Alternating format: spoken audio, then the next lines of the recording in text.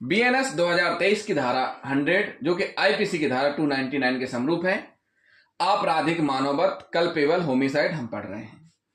इस वीडियो में हम आपको बताएंगे आपराधिक मानववध हत्या से कैसे अलग है, दोनों में अंतर क्या है। ज्यादा अंतर नहीं है, बारीक अंतर है। तो जिन साथियों ने अभी तक हमारे चैनल को सब्सक्राइब नहीं किया है, हमारे चैनल को जरूर सब्सक्राइब कर लें और वीडियो को लास्ट तक जरूर देखें। साथियों, आपराधिक मानववध के अंतर्गत जो शब्द मानव आया है, तो मानव के अंतर्गत कौन कौन आएगा?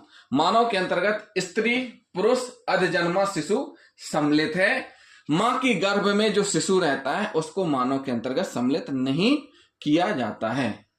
तो साथियों, मानव में कौन कौन आएगा? स्त्री, पुरुष, अधजन्मा शिशु सम्मिलित है।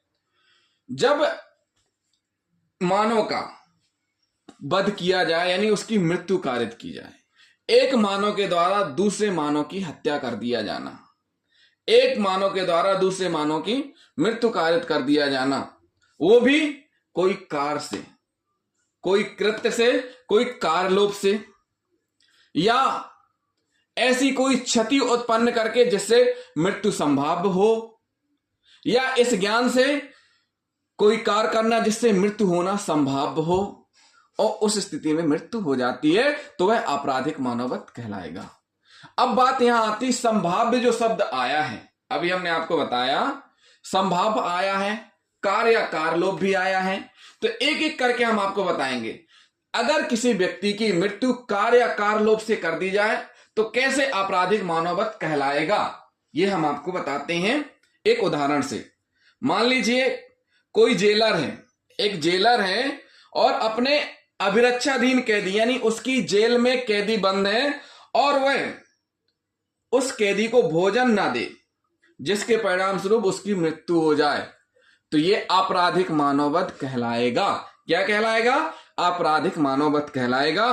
कार या कारलोप का मतलब यह हुआ कि आपराधिक मानववध के लिए आवश्यक है कि अभियुक्त द्वारा किसी कार्य के द्वारा मृत्यु कारित की गई हो। जो अभियुक्त है यानी जो आरोपी रहेगा, उसने ऐसा कार्य किया है जिससे किसी व्यक्ति की मृत्यु हुई है। इसके अंतर्गत अवैध कार्यलोप भी सम्मिलित है। अवैध कार्यलोप भी सम्मिलित है। कार्यलोप भी सम्मिलित है। कार्यलोप का मतलब यह हुआ कि ओमिशन, वो काम करना था उसको लेकिन उसने नहीं किया। जैसे हमने आपको बताया अभी उदाहरण जेलर का। आपराधिक मानववध का अपराध उस स्थिति में पूर्ण हुआ माना जाएगा जब किसी व्यक्ति ने किसी ऐसे कार्य के अवैध लोप द्वारा मृत्यु कारित की हो जिसे करने के लिए वह विधि द्वारा आबाद है। कोई ऐसा कार्य जिसे वह विधि द्वारा आबाद है करने के लिए, यानी उसको वह करना ही है और वह नहीं कर रहा है और उस कारण से मृत्यु हो रही है। जैसे एक जेलर है, जेलर विधि द्वारा आबद्ध है, उसको जो पद मिला है और उसका कर्तव्य है कि जेल में बंद सभी कैदियों की सुरक्षा और खान पीन की व्यवस्था, स्वास्थ्य की देखरेख करना उसकी जिम्मेदारी है। अगर ऐसे में जेलर किसी कैदी को खाना देना बंद कर दे और उसकी मृत्यु हो जाती है, तो यहां पर क्या माना जाएगा? यहां पर माना जाएगा अवैध कार्यलोप। क्या माना जाएगा? अवैध कार्यलोप, यानी कार्य का लोप हुआ है, ओमिशन हुआ है। उसका कार्य था खाना देना उस कैदी को, लेकिन जेलर ने उसको खाना नहीं दिया, भूखा रखा, जिसके कारण उसकी मृत्यु हो गई। तो यह आपराधिक मानववध का अपराध कहलाएगा। मान लीजिए कोई नर्स है, नर्स के पास शिशु है। नर्स के पास जैसी डिलीवरी होती है, बच्चा सबसे पहले नर्स के पास जाता है और नर्स की जिम्मेदारी बनती है कि वह उसको फीड कराए, उसको दूध पिलाए, उसको भूखा ना रखे। लेकिन नर्स क्या कर रही है? उसको भूखा रखती है जिससे उसकी मृत्यु हो जाती है। तो यहां पर नर्स ने क्या अपराध किया है? आपराधिक मानववध का। शिशु की जो मृत्यु हुई है वह आपराधिक मानववध के अंतर्गत मृत्यु मानी जाएगी। क्या मानी जाएगी? आपराधिक मानववध के अंतर्गत मृत्यु मानी जाएगी। परंतु किसी भिखारी को भोजन ना देना और वह भूख से मर जाए, तो भोजन देने से इंकार करने वाला व्यक्ति आपराधिक मानववध का दोषी नहीं होगा। क्या नहीं होगा? आपराधिक मानववध का दोषी नहीं माना जाएगा। मृत्यु के अनेक तरीके भी हैं, जैसे विष देकर, भूखा रखकर, पानी में डुबोकर, मार पीट करके किसी की मृत्यु कारित करना, तो वो भी आपराधिक मानववध के अंतर्गत आ जाते हैं। अब बात आती आशय। इस धारा के अंतर्गत अपराध करने वाले अभियुक्त के आशय को विशेष महत्व दिया गया है। देखिए, जो आशय रहता है, मेन सरिया रहता है, मना स्थिति रहती है, अपराध करने वाले व्यक्ति को ही पता रहती है कि उसकी मना स्थिति क्या है, उसने ऐसा अपराध क्यों किया है। अपराधी की मना स्थिति का निर्धारण मामले के तथ्यों तथा परिस्थितियों के आधार पर किया जाता है, जिसमें अपराध करने के उद्देश्य या ध्येय पर विशेष ध्यान नहीं दिया जाता है। अपराध करने के उद्देश्य या ध्येय पर विशेष ध्यान नहीं दिया जाता है इस अपराध में। जगरूप सिंह बनाम हरियाणा राज्य के मामले में माननीय सुप्रीम कोर्ट ने कहा है कि मानववध के अपराध में विचारण करते समय अभियुक्त द्वारा प्रयुक्त हथियार की प्रकृति और अभियुक्त द्वारा पहुंचाई गई चोट, क्षति से उसके आशय का अनुमान लगाया जा सकता है। जो आपराधिक मानववध के अंतर्गत किसी व्यक्ति ने किसी व्यक्ति की हत्या की है, मृत्यु कारित की है, तो वह हत्या नहीं है, आपराधिक मानववध है। वो कैसे माना जाएगा? ये इस प्रकार से कि अभियुक्त द्वारा प्रयुक्त हथियार की प्रकृति और अभियुक्त द्वारा पहुंचाई गई क्षति, चोट से आशय का भी अनुमान लगाया जा सकता है और उससे यह भी अनुमान लगाया जा सकता है कि आपराधिक मानववध की हत्या है। क्या अनुमान लगाया जा सकता है? पहुंचाई गई चोट से आपराधिक मानववध और हत्या का अनुमान लगाया जा सकता है। तो साथियों, ये हमने आपको आशय बताया। अब हम आपको बताएंगे कुछ ऐसे उदाहरण जो कि बहुत महत्वपूर्ण हैं। आर बनाम कुरले के बाद में एक व्यक्ति अपनी नौकरानी को मारने उस पर झपटा, जिसके कारण वह नौकरानी खिड़की से बाहर कूदी और उसकी मृत्यु हो गई।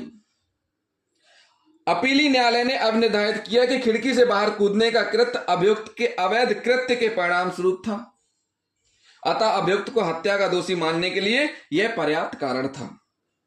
तथापि अभियुक्त के प्रति उदारता बरतते हुए उसकी दोष सिद्धि को मैनस्लॉटर में बदल दिया गया, नरवध में बदल दिया गया। एक और उदाहरण देखते हैं हम। आर बनाम गणेश ढूले के मामले में अभियुक्त जो कि एक सपेरा था, ने यह जानते हुए भी कि सांप के जहरीले दांत नहीं निकाले गए हैं। जो सपेरा है उसको पता है कि उसने सांप के जहरीले दांत नहीं निकाले हैं, अपना कर्तव्य दिखाते हुए उस सांप को एक व्यक्ति के सिर पर रख देता है, जिससे सांप के काटने के परिणाम स्वरूप उसकी मृत्यु हो जाती है। तो न्यायालय द्वारा सपेरे को मानववध के लिए सिद्ध दोष किया गया। क्या किया गया? न्यायालय द्वारा उस सपेरे को आपराधिक मानववध के लिए सिद्ध दोष किया गया। अब हम आपको बताएंगे उस कृत्य या कार्य लोभ से अभियुक्त का आशय मृत्यु कारित करना या ऐसी क्षति उत्पन्न करना हो जिससे मृत्यु की संभावना हो या उसे ज्ञात हो कि इससे मृत्यु कारित हो सकती है। ऐसी क्षति उत्पन्न करना जिससे मृत्यु संभाव्य हो। क्या हो? मृत्यु संभाव्य हो। साथियों, इसमें हम आपको बता दें कि क्षति जो की जा रही है उससे संभाव्य हो, ये नहीं है कि इस प्रकार की क्षति से मृत्यु ही हो जाएगी। तो यह डिपेंड करता है कि क्षति किस भाग पर पहुंचाई गई है। जैसे सिर में और पेट में फैटल इंजरी और हेड इंजरी। अगर सिर में चोट पहुंचाई गई है और पेट में चोट पहुंचाई गई है, वो भी शार्प ऑब्जेक्ट से, खतरनाक आयुध से, तो उससे मृत्यु होना तय है। क्यों? क्योंकि अगर पेट काट दिया गया है या सर फोड़ दिया गया है, तो उस स्थिति में मृत्यु होना ही है। लेकिन अगर मान के चलिए ऐसी जगह चोट पहुंचाई गई है जैसे हाथ में, पैर में, जांघ में, पीठ में, भले ही खतरनाक आयुध से पहुंचाई गई हो, लेकिन चोट गंभीर है जिससे मृत्यु हो सकती है। अगर उस चोट से मृत्यु हो गई तो आपराधिक मानववध माना जाएगा। अगर मृत्यु नहीं हुई तो फिर ये अपराध माने जाएंगे, जो कि आईपीसी की धारा 324, नए कानून BNS की धारा 118 सब क्लॉज 1, आईपीसी की धारा 325, बीएनएस की धारा 117 सब क्लॉज 2, आईपीसी की धारा 326, बीएनएस की धारा 118 सब क्लॉज 2, आईपीसी की धारा 308, बीएनएस की धारा 110 के अंतर्गत अपराध माने जाएंगे अगर मृत्यु नहीं होती है। सम्राट बनाम फालनी का एक ऐसा मामला है, पति ने पत्नी को मामूली फाल से वार किया, उसके बाद उसकी पत्नी बेहोश हो गई। बेहोश होने पर उसको लगा कि मर गई है, तो उसने उसको क्या किया, आत्महत्या का रूप देने के लिए अपनी पत्नी को रस्सी से बांधकर लटका दिया, जिसके परिणाम स्वरूप दम घुट जाने से उसकी मृत्यु हो गई। न्यायालय ने सदोष मानववध के अपराध के लिए अभियुक्त को दोषी सिद्ध किया। एक अन्य मामला हम आपको बताते हैं। अभियुक्त ने एक लड़की को इस कारण मारा हो, अभियुक्त ने लड़की को इस कारण मारा हो कि लोग समझते थे कि उस पर किसी प्रेतात्मा का प्रभाव है और इसके परिणाम स्वरूप लड़की की मृत्यु हो गई हो, तो अभियुक्त सदोष मानववध के अपराध के लिए दोषी होगा। क्या होगा? अभियुक्त सदोष मानववध के लिए दोषी होगा। सम्राट बनाम जमालुद्दीन का मामला है ये। तो साथियों, ये कुछ उदाहरण थे जो हमने आपको बताए हैं। अब हम आपको बताएंगे आपराधिक मानववध में ही इस ज्ञान से कोई कार्य करना, इस ज्ञान से कोई कार्य करना जिससे मृत्यु होना संभव हो, इस ज्ञान से कोई कार्य करना जिससे मृत्यु होना संभव हो। इसमें भी संभव शब्द आया है, मतलब इसका मतलब क्या हुआ? यदि कोई व्यक्ति इस बात की जानकारी रखते हुए कि उसके कार्य से किसी की मृत्यु कारित होना संभव है, वह कार्य करता है, इसके परिणाम स्वरूप किसी की मृत्यु कारित कर देता है, तो वह आपराधिक मानववध के लिए दोषी होगा। यहां भी संभव आ गया शब्द, यानी कि उसके कार्य से मृत्यु हो भी सकती है। अगर हो गई तो आपराधिक मानववध का अपराध माना जाएगा। रामप्रसाद बनाम बिहार राज्य के मामले में, रामप्रसाद बनाम बिहार राज्य के मामले में अभियुक्त ने एक भीड़ पर गोली चलाई जो भीड़ के पास खड़े बी नामक व्यक्ति को लगी और परिणाम स्वरूप उसकी मृत्यु हो गई। माननीय सुप्रीम कोर्ट ने विनिश्चित किया कि अभियुक्त का आशय बी की मृत्यु कारित करना नहीं था, परंतु फिर भी उसे इस बात का ज्ञान अवश्य था कि भीड़ पर चलाई गई गोली किसी न किसी व्यक्ति को लगकर उसकी जान अवश्य ले सकती है। अतः अभियुक्त को आपराधिक मानववध के लिए दोषी सिद्ध किया गया। साथियों, रामप्रसाद बनाम बिहार राज्य के मामले में माननीय सुप्रीम कोर्ट ने स्पष्ट किया है कि जो अभियुक्त है, अभियुक्त ने भीड़ पर एक गोली चला दी और भीड़ में बहुत सारे लोग थे, उनमें से एक बी नामक व्यक्ति था, उसकी मृत्यु हो गई गोली लगने से। तो माननीय न्यायालय ने कहा कि अभियुक्त का आशय भले ही बी की मृत्यु कारित करना नहीं था, परंतु उसे पता था कि बंदूक से गोली निकलेगी और भीड़ पर जाकर लगेगी तो किसी न किसी की मृत्यु अवश्य होगी। क्या होगी?